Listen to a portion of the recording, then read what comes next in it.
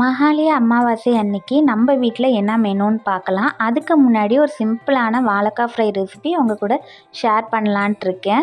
First ஒரு இடிக்கல்ல 4-5 பூண்டு பல் லைட்டாக தட்டி எடுத்துக்கோங்க. ஒரு பேனில் கொஞ்சமாக ஆயில் ஊற்றிட்டு பெருஞ்சீரகம், கருவேப்பில், தட்டி வச்ச பூண்டு பல், கட் பண்ணி வச்சுருக்கிற வாழைக்காய், கொஞ்சமாக மிளகாத்தூள், மஞ்சத்தூள், உப்பு சேர்த்து டீப் ரோஸ்ட் பண்ணி எடுத்திங்கன்னா சூப்பரான வாழைக்காய் ஃப்ரை ரெடி ஆகிடும்.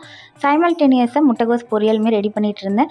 முட்டைகோஸ் பொரியலில் லாஸ்ட்டாக தேங்காய் துருவலுக்கு பதிலாக வேக வச்ச சிறுபருப்பு சேர்த்து இறக்குனிங்கன்னா சூப்பர் டேஸ்ட்டில் இருக்கும்.